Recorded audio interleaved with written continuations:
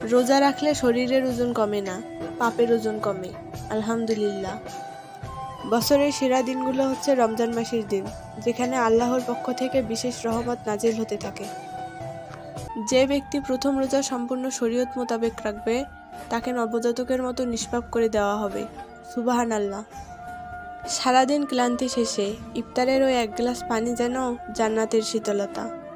গাছের পাতা ঝরার উত্তম মাস হলো বসন্তকাল, আর পাপ ঝরার উত্তম মাস হলো রমজান। আলহামদুলিল্লাহ। রমজান মাস হলো একটি ধৈর্যের মাস। রমজান মাস হলো একটি উন্মুক্ত স্কুল, যেখানে সকলকে ঈমানের জ্ঞান শেখানো হয়। রোজা তোমার শরীরকে দুর্বল করে, কিন্তু তোমার আত্মাকে করে সবচেয়ে শক্তিশালী। আলহামদুলিল্লাহ আরও একটি রমজান পাওয়ার জন্য। রমজান আসে প্রতি বছর, কিন্তু যারা হৃদয় দিয়ে রমজানকে গ্রহণ করে, তাদের জীবনে আসে পরিবর্তনের বছর।